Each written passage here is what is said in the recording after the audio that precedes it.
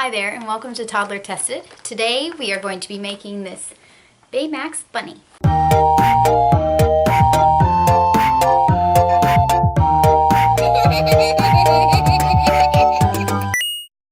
Okay, today we're going to be doing this Baymax bunny, but really this works for any type of felt image you want to do.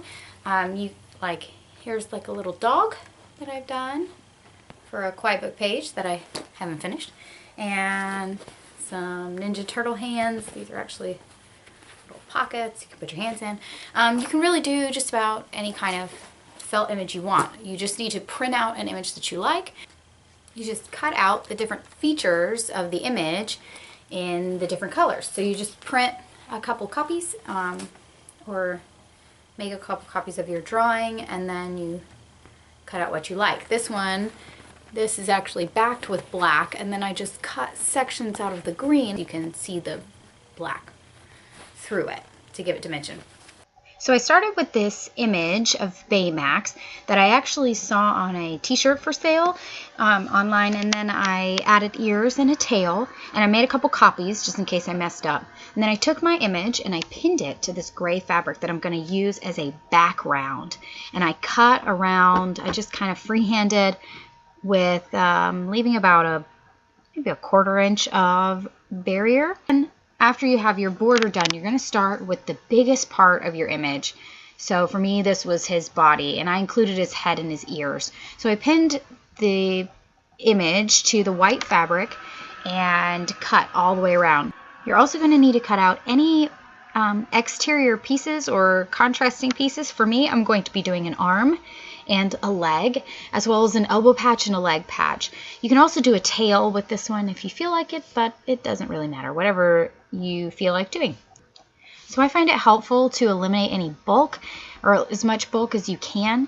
So I cut off the forefront legs, since I was actually cutting out an extra leg out of felt, and then I also cut out the arm in white. Okay, instead of sewing your Baymax bunny pieces, like the leg and the arm, to the body, you can actually, or even sewing this onto the bag at all, you can use what's called Wonder Under, or I think Heat and Bond also makes it's like a two-sided adhesive, and you take your top, whatever, your piece that you're using.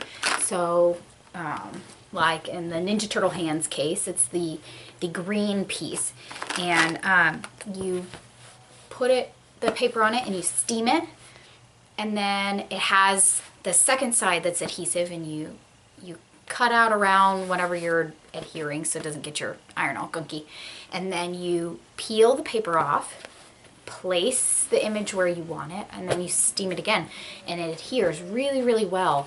As you can see, I didn't sew the green part of this at all. I sewed the black on here just so I could have like a little pocket. And I don't know, you can't really see, but I stitched in the black, but there's no stitching on the green. It's just adhered with that Heat and Bond. But it's really, really on there. But you could totally do that with this. If you don't want to sew your little Baymax bunny, you don't have to. You don't have to sew it at all. You can find the Wonder Under or the Heat and Bond adhesive at any fabric store. If you are going to sew your image, if you're going to use the Heat and Bond and you're going to sew it, make sure that you get the one that is sew ready or sewable, because otherwise it will really kind of gunk up your needle, and I've made that mistake before.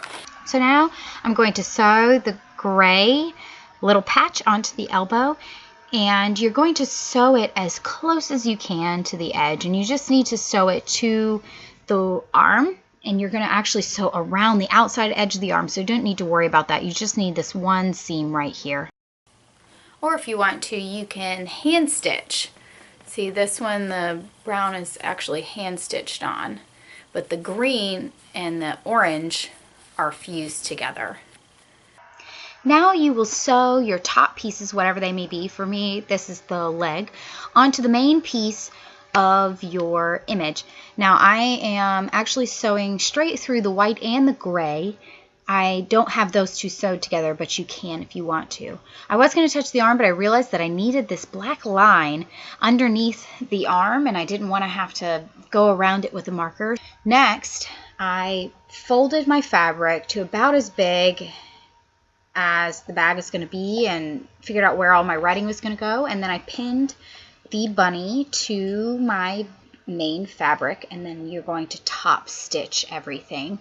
Top stitching is where you just stitch on top, and I just stitched on top of the white. I didn't worry about the gray. The gray was just in between, and the stitching on the white would adhere it down. So just stitch all the way around, go slowly, take your time.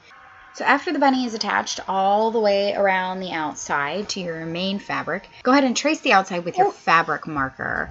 I use the Tulip fabric paint marker, but you can use any kind of paint marker that you so choose. As you can see, I actually messed up Baymax's face the first time I did it around, so I had to cut his face off and redo it. Now attach your arm.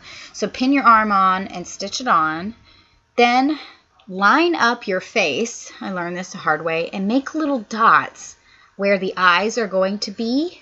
Just kind of fold back your paper, your printout, and make a little dot. And then I used a Sharpie, a fine tip Sharpie, to connect the two because it's a little bit thinner of a line and a little more delicate, but it kind of gunked up the felt. So I pulled it up a little bit and trimmed it with scissors.